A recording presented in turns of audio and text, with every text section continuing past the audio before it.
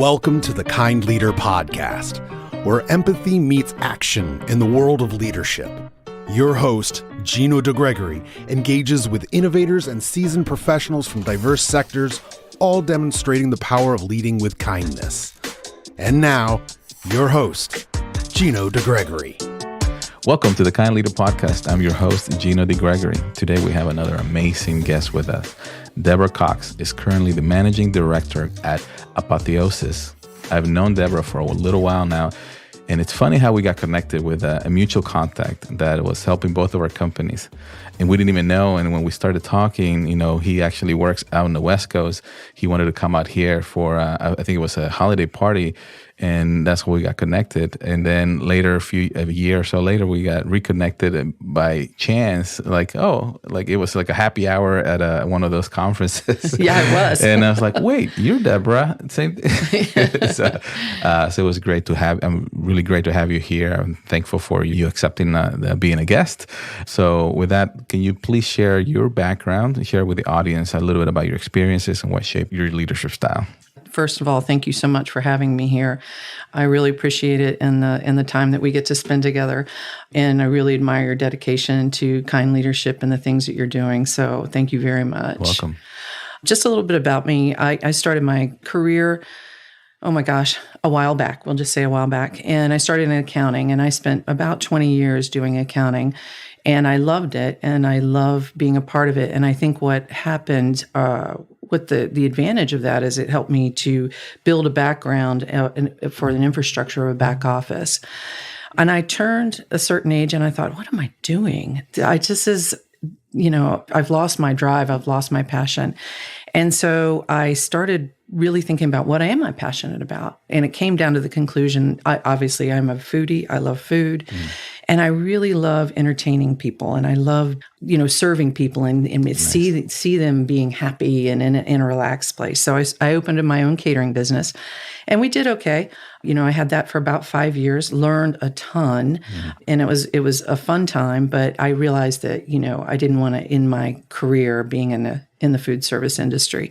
So I got offered a position as a deputy PM for a mid-tier company, helping run their intel departments. So I took the position, and I love the mission. I love what happens. We're in that environment where you really can't share what's happening. Right, and it's just really, really moving for me. And I did that for a couple small companies. I helped build their intel departments. And then it dawned on me, why am I doing this for everybody else? Right. So I decided my son and I decided to open up Apotheosis. And apotheosis in and of itself, it is Greek, and it means to reach your pinnacle. It means to be the very best that you can be, as closest to perfection. And we weave that in everything that we do, from our benefits to helping our people grow. And so it's really important to us. And, we started the company in January of 2020. We're like, wow. Hey, this COVID thing's going to blow over. And of course it didn't. And, right. But the good news in that was it allowed us to really figure out who we wanted to be as a company and why we were both extremely passionate about kind leadership. How do we sustain that as we grow? And that became, a critical point for us. And luckily, there were a lot of other people sitting at home at that time. Yeah. And we had some great mentors. And one mentor that I'll never forget, he said, okay, tell me, Deb, why are you really doing this? Why are you starting a company? Right. And I'm like, well, let me give you my elevator speech. And I did. And he stopped me midstream and he said, okay, when you really have the true answer from your heart, give me a call back. Wow. But don't call me until then. And I'm like, well, that stinks. So, after a lot of thinking about it and really, analyzing who I am as a person and who I have matured and come to be a leader, a kind leader, it dawned on me that I'm passionate about seeing people succeed and how I can walk alongside them to give them the tools that they need to even become aware of their potential. Right. And so I called him back and he goes, well, that's a better answer. So I was excited about that. But, that's kind of the real purpose of Apotheosis. Beautiful, so, beautiful. Yeah. I love the story about, the gentleman telling you to come back when it comes from the heart, right? Because that's such a powerful, what I've noticed throughout, and even different guests as well as an experience in life is, when it comes from the mind, it's so analytical, right? It's the left brain just like, needs to be like that. And, and sometimes it just looks at everything to try to protect you, right? Oh, that's true. Really, I mean, it looks at everything to try to protect you. But when you really bring it down and make those decisions, or, from the heart or from an intuition perspective, right? It's more, I feel, and I've experienced, it's more powerful. Yes. I totally agree. And it's lasting, right? Yes. Because the brain and the mind has new knowledge, and it switches and moves with the ebbs and tides. But your heart, once it's fixed, it stays the course, it stays the path. Absolutely. Well, thank you for sharing your background. Amazing success. Congratulations. And I know we're just getting started, right? So there's a lot more to come for sure. So as it relates to one of the questions that I asked other guests is, what does being a kind leader mean to you? Being a kind leader means to me a commitment to growth and dedication to the growth of others, and doing that through numerous ways. And I always tend to think of other kind leaders as my guiding light, and we think of Mother Teresa and Nelson Mandela and just, Martin Luther King. You think of those folks and what the one thing that they all had in common, and it was their passion and dedication to love and justice, right? And they sacrificed greatly for those causes. And I think as a kind leader, it goes hand in hand with servant leadership. And you start with that commitment of being dedicated and in the moment with your team. And it starts with listening. I think listening is incredibly important. And once you master the art of passionate listening, then comes empathy and the ability to be empathetic and help people feel a part of the team and help them grow and help them realize their potential. And then from there, once you have empathy, healing can start, and, self-awareness, and it just can grow from there. And then you set the example. And I think people will learn from the example of it in itself. Right. And then you've slowly started to create kind leader disciples, and they'll just kind of move it from there. Right. No, that's great. I mean, it really talks about the empathy, leading with empathy, and that servant leader, right? And really caring about the folks, right? And I know you started your company about 4 years ago, which has been quite the challenge, and it sounds like even the name resonates with helping others. Is helping others become the better version of themselves, based on what you said, right? And I love that, Rick. You have to have that mindset to be able to help others. And how's that working in your organization right now? It's working. And one of the great success stories that we have about that is I was walking around in the agency one day, and I ran across this young man, and he was a janitor, and for some reason we started talking away. I said, what is it that you want to be when you grow up? And he said, I'd really like to get into IT. And, I think that's where, Wow. that's where I could really make a career. And I was like, oh, that's great. And I ended up giving him my card. But I said to him, I said, you know what? I'll help you. You've got to want to help yourself, but I'll help you. Right. And, and these are the steps, I laid out the steps for him. And so play it forward, he came back to me in a couple of months and said, I've done everything you've asked. I've got, I went to the Geek Squad and I got the job. And I was so proud of him. Yeah. And I was able to get him a job because he had a clearance at a help desk. And so, play it forward 18 months later, maybe a little longer than that. But he called me and he said, guess what? I said, what? What happened? He said, I sat for my CISSP and I got it. And now I'm a cybersecurity engineer. Wow. And so for me, that's a great story. And that is what motivates me. And I don't know if I answered the question, but that's really, really, really powerful. It's more than that. It's impactful. I mean, impactful. You've changed this individual's life forever, and his family forever. Right. You see what I'm saying? And you were looking for that, right? You were you saw someone with that hunger, that opportunity, right? Mm-hmm. Like you said, you have to be able to want to help yourself before others can help, right?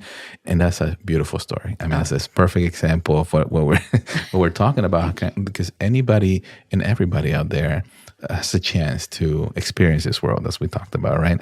And if you give them, they just need an opportunity. They need somebody that can believe in them, that they can then take that, believe in themselves, and then take it to the next level and truly become the better version of themselves. Right. We all have endless potential. We really do. And being able to tap in that and not being afraid of that potential. It's like, oh, where's this going to take me? Is it going to take me down a wrong path? And you're going to stumble and fall for sure. But that's what gives you strength and gives you hope. For sure. Without falling, you don't have the tools for success. Right. Exactly. And it goes back into a mindset, right? The mindset of, we talked a little bit earlier before the recording, growth versus scarcity mindset.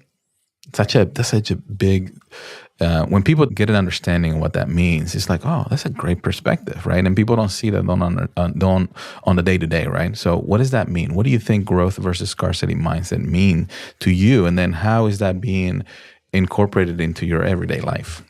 So I believe that we all can live in a life of abundance, right? And that's just the way that you look at life and look at setbacks. So setbacks are just an opportunity for improvement, and they open up more opportunities. So if you constantly see life as an opportunity, even in the face of adversity or the face of, downturn, or where you think the situation is unbearable, there's an opportunity there. And we learn from those downturns, and we learn from those things. And that gives us not only the opportunity, from a business perspective, but a personal perspective. And it allows people to really see life in a different venue. And it allows you to participate in life and not just be an observer of life. You've got to get in there and try, and you're going to fall, and that's okay. Right. And so I think looking at life through those lenses is incredibly powerful and incredibly important. And I do that in my everyday life. And sometimes there's some things that happen that I'm like, oh boy, it's going to be tough to find the goodness in there. But there is. Yeah. There is. And it may not be in that opportunity, but it is how you handle that opportunity. And when you can handle it with grace and with dignity, then you've set the example for others. And you've also set the example for yourself, and you reminded yourself who you are. Right. And what you're capable of. Absolutely. I think a lot of people, from my experiences, they identify a lot of those challenges and hardships as an identity. Like, this is who I am. But the reality, they're not, right? Those challenges, even the wins, or it's the experience that you're experiencing in this world, right? Right. And it's hard to detach yourself from that. It's like, no, this is who I am. Here's some experience. I was actually listening to a book this morning. I'm not finished. I'm not going to recommend it just yet. But I liked. There's one portion that said, "Life is like an amusement park." Think about that.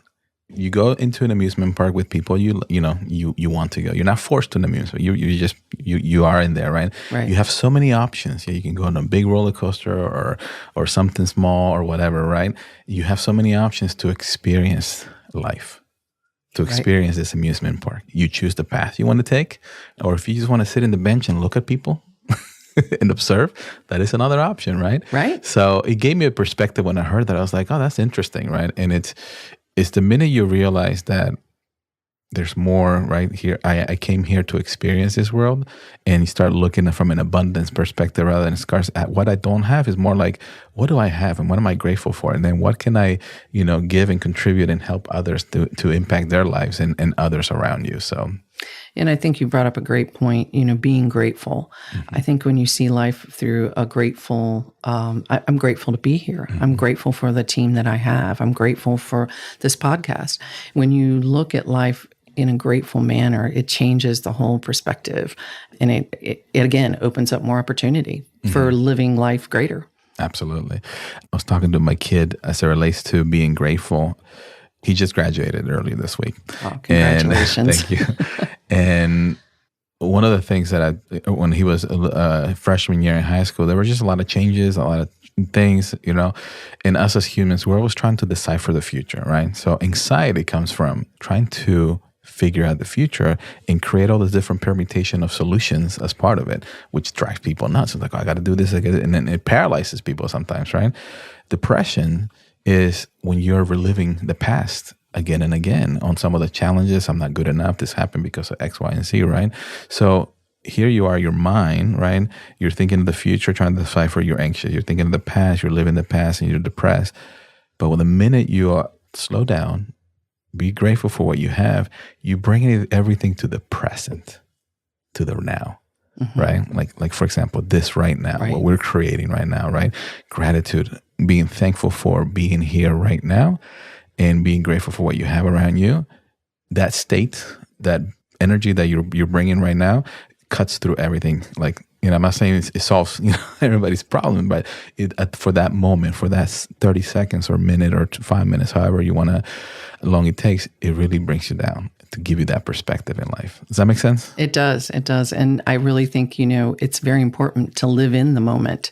And to your point, we can get caught up in the past, or we can be fearful of the future. But when you're in the moment and you give that to your team, that you're the most important person talking to me right this moment. Right. So tell me about you. And I think that that's, incredibly powerful and important as a servant leader, for Absolutely. sure. So being present and listening, right? And not just just checking the box and moving on. So, and which makes it, again, an impact, makes people, okay, this person is listening to me, right? Does care for me. So as entrepreneurs, I wanted to kind of pull in a thread as it relates to, you've done catering, you're doing IT, building an amazing company here. What are some of the challenges you faced that you've been able to kind of work through or fix, essentially, right? Through that kind leadership, that empathy, that the way you're leading? I think sometimes people get kind leadership and nice leadership confused, right? And kindness is a bold strength. It's not a weakness. And I think sometimes people look at that as a weakness. But the way that I work through that is I am going to be kind to you, obviously, and I want you to be the best you can be. I want you to realize your potential, as we talked about. But this is your journey. This is your journey to reach your pinnacle, to be as good as you can be. And I can't walk that journey for you. Only you can.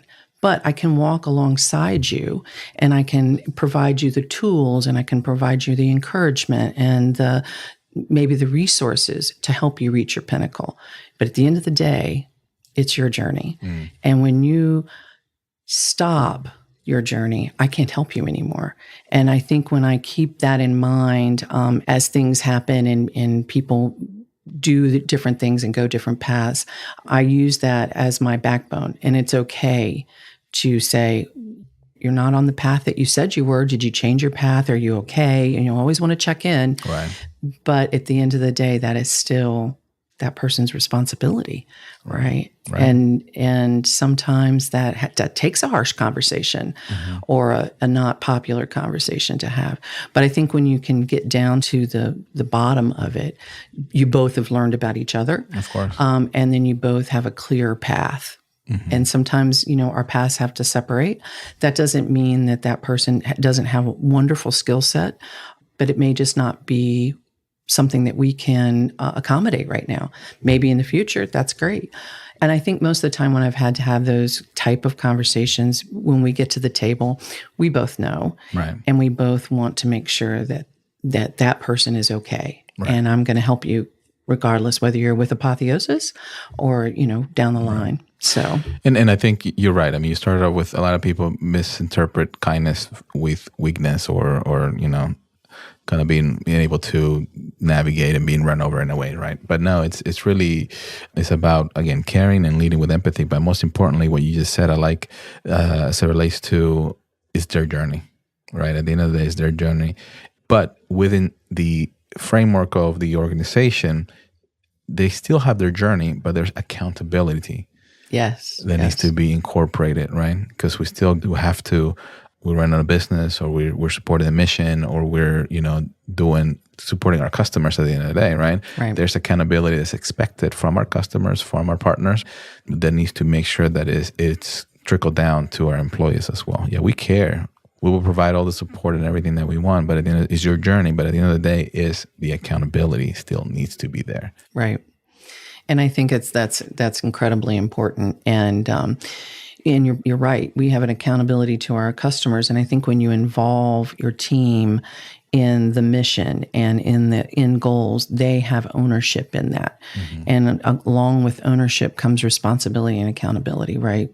You can't go and buy a car and just drive it till you have to take care of it, and you have to nurture it, and you have to fill it with gas and all the things that you need to do.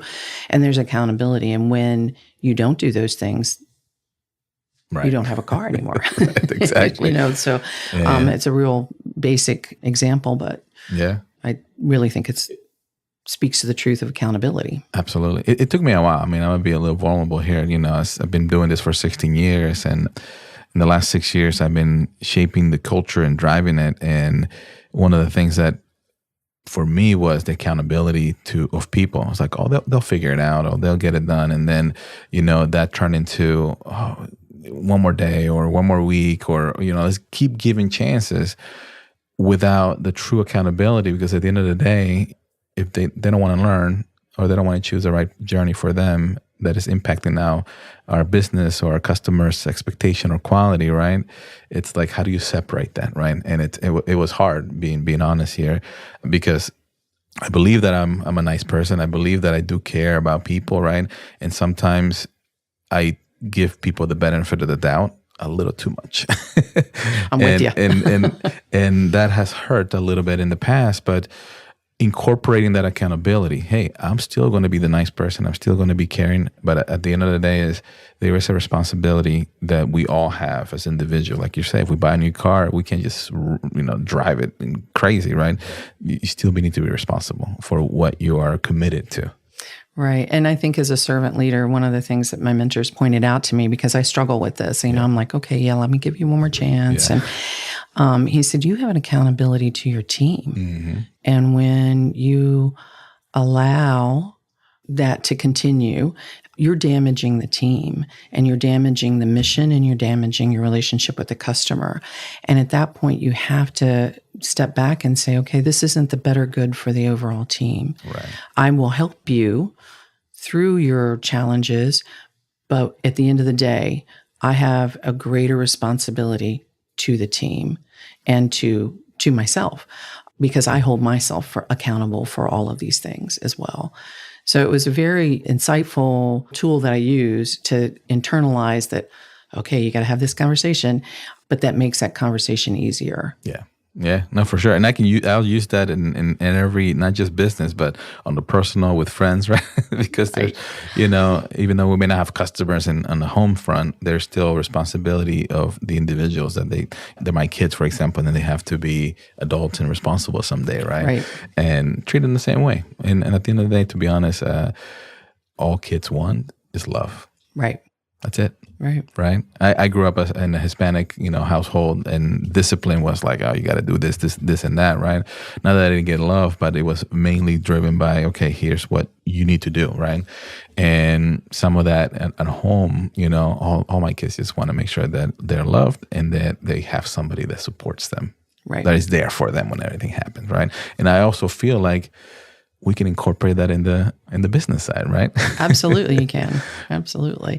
And I think it's important to foster that in business, because, when you're raising children and you're doing all of that stuff, and I agree with you, children need love and they desire love. And they also desire the boundaries and the sandbox in which they play, because there's safety there. And I think when you create a safe environment at home, obviously, and a safe environment at work or in your business, and a safe environment for your customers, I think that goes a long way, and it allows for creativity, and it allows people and customers to, when you do a solution that's very complicated for a customer and you're using a crawl, walk, run approach, there's safety in that. And then that allows the customer to take ownership of the solution and actually, move forward with it. And then there's a, collaboration, and at the end you together create a great solution. I think that's the same thing with people and definitely your children. Absolutely. And also, thank you very much for that.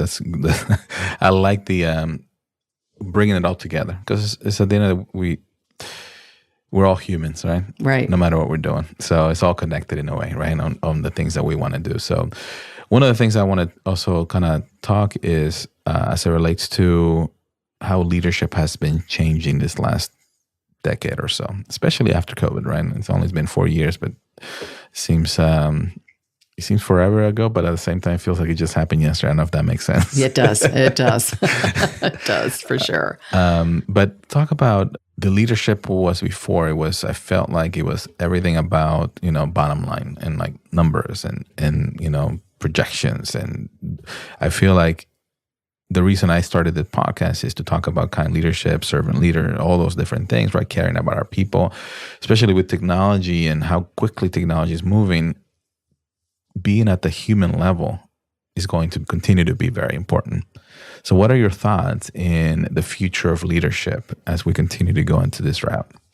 So I totally agree with you. I think, the days of having the pyramid where, somebody's at the top and everybody's down at the bottom is starting to slowly turn itself over, where actual customers and people are in front of the bottom line. And the notion that doing a great job, the bottom line will follow, and making the wise investments in people and in their abilities. I believe that is the start of, air quote, revolution in kind leadership. And I think as we continue to move in that direction, it will lead us to a great competitive edge. We will, if you think about it now, we have in an organization, you can have a core of really talented people, and there's a ton of other people. But when you have a core of a lot of talented people who are dedicated to the mission and passionate about the mission, that changes the dynamic. Now the whole is strong, not just the sum of the whole. And I think that as American companies and as this spreads across the world, which I really think it will create a really strong ability to be able to be competitive and have that competitive greatness that we all seek. Right. And so I think that's really where we're headed with it. Absolutely. You were talking about having the people, the great people that were focusing on the mission, essentially, right? Right. Like you feel like you can do anything, right? And I think a lot of that, I don't know if you're familiar with this gentleman called Simon Sinek, Leading with the Why, right? Yeah. When you give that purpose, when you give that, here is what we're doing, and going back to what that gentleman, your mentor, said, come back when it comes from the heart.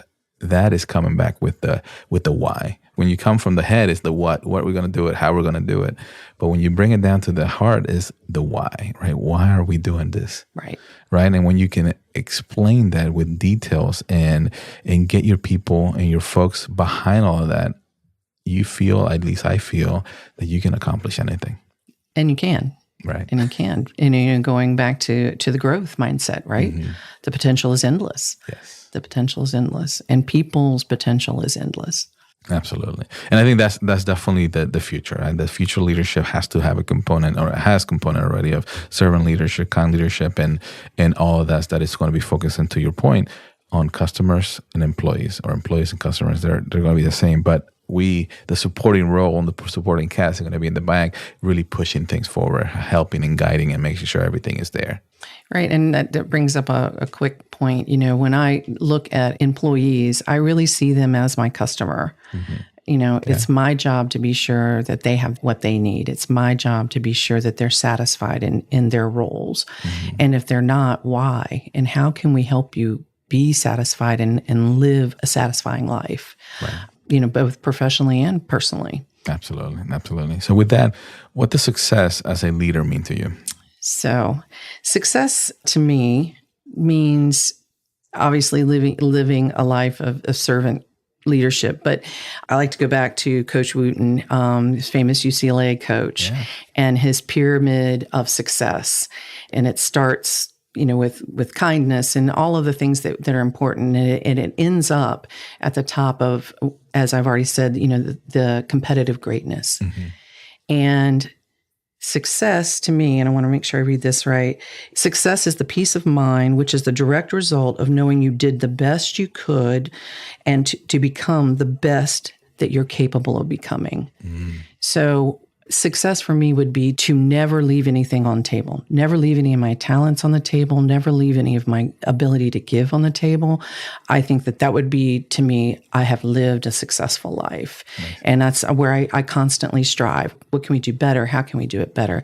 And being in that moment where it's not always a driven, but being able to step back and enjoy the gratitude and the beauty and the wealth that we already have. Right. So it's that combination of two things. I love it. Thank you. Well said. Thank you.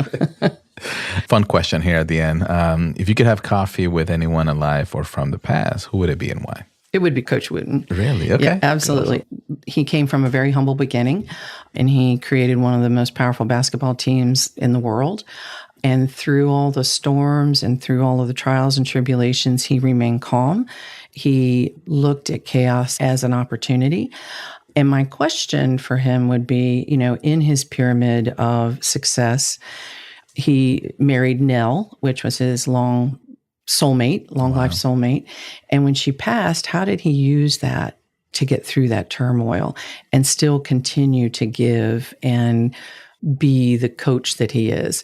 And I think I would ask that of several of the people that I mentioned earlier. When you, and especially like Nelson Mandela, you were in prison for 27 years. Mm. How did you exercise the patience to get through that? Because we live in such a time of craziness, and there's not a moment to, you've got to fill every minute. But do you really? Mm. And having that moment just to be able to get some clarity and to be able to understand the greater goal again. How do you balance that when in a world we're not really supposed to have that moment? Yeah. That's yeah. That's beautiful. Definitely. I appreciate the sharing that. And I've heard Coach Wooten here and there, but I really don't know about him. So is there a book you've read or do you recommend? It's a book called My Personal Best. Okay. It's the life lessons for an all-American journey. Okay. And it's a great book. It's a quick read, but some of the quotes in there are really just amazing. Yeah. And you're like, oh, it really is kind of a basic, simple way to live ferociously. Yeah.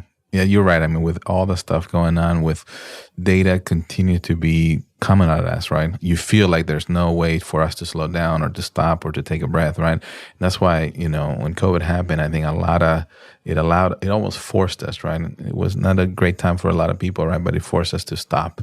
Right. And appreciate, look around. It's like, oh, wow, there's more to life than the day-to-day hustle. Right. You're right. It forced us to look at nature. It forced us to look at what man has built and done and accomplishments of man and, look at the wonderful world that the Lord created for us. So absolutely. Well, thank you. So where can our listeners connect with you? Listeners could be employees, partners, customers out there. Yes. Where can they connect with you?